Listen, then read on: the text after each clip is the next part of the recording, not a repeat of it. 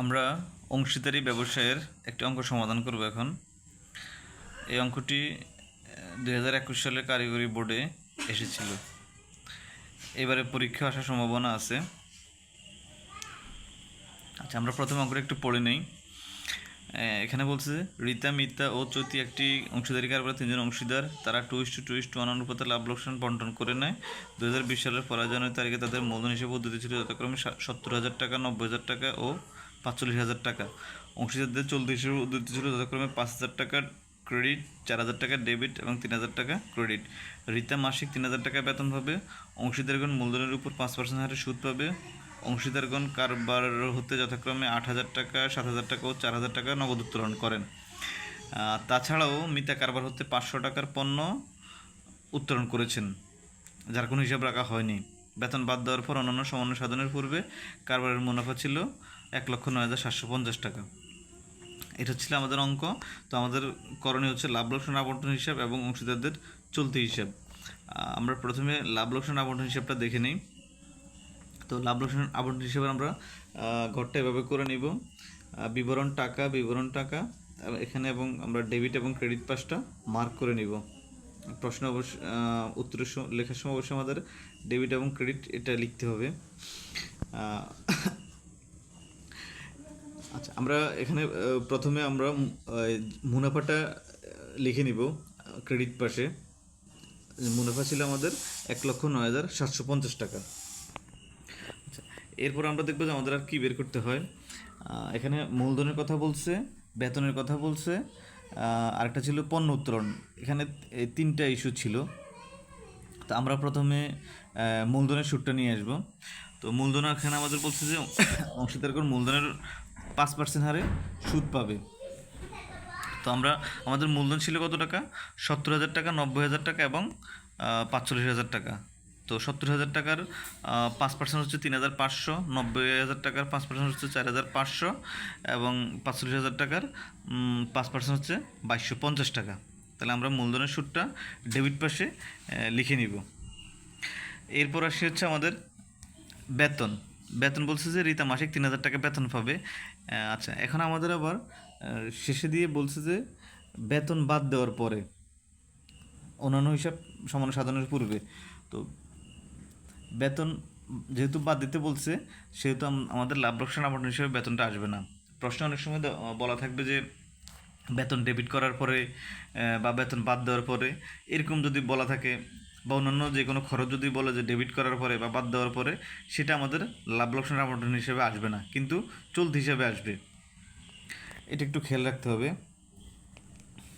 ওকে, তাহলে আমাদের বেতন আসতেছে না। আর আছে কি? পণ্য উত্তোলন। পণ্য উত্তোলন করছে 500 টাকার পণ্য উত্তোলন করা হয়েছে মিতার। তো এই পণ্য উত্তোলনটা আমাদেরকে নিয়ে আসতে হবে। পণ্য উত্তোলনটা হচ্ছে আমাদের ক্রেডিট পাশে আসবে। এই বইতে দেয় নাই, তারপর আমাদের একটা লিখে নিতে হবে পণ্য উত্তোলন 500 টাকা।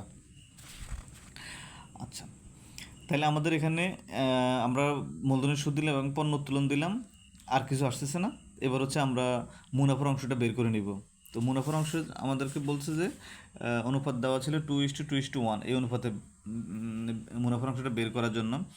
তো মুনাফার অংশ বের করার জন্য দুই তিনভাবে বলা থাকে। অনেক সময় কিছুই বলে না। যখন কিছু বলবে না তখন হচ্ছে আমরা সমানভাবে বের করে নিব। মানে যতজন অংশীদার থাকে তত দিয়ে ভাগ করে দিলে সমানভাবে সবাই পেয়ে যাবে, যদি কিছু বলা না থাকে। আর যদি বলা থাকে যে মূলধন মূলধন অনুযায়ী, তখন হচ্ছে যে যত পরিমাণ মূলধন দিচ্ছে সেই অনুপাতটা আমরা বের করে নিব। আমরা প্রথম বর্ষের বিজনেস ম্যাথে অংশীদারদের মূলধন যেভাবে বের করে নিতাম, এখানেও মূলধনের অনুপাতটা বের করে নিব আর কি। শূন্যগুলো বাদ দিয়ে এটাকে একটু ছোটো করে আমরা অনুপাতটা বের করে নিব। তো এখানে এই অঙ্কতে আমাদের অনুপাতটা দেওয়াই আছে 2:2:1 এই অনুপাতে। তো আমরা যদি অনুপাতে যোগফল করি, যোগফল দ্বারা হচ্ছে 5। তার মানে 5-এর 2 অংশ পাবে রীতা, 5-এর 2 অংশ পাবে মিতা এবং 5-এর 1 অংশ পাবে চৈতি।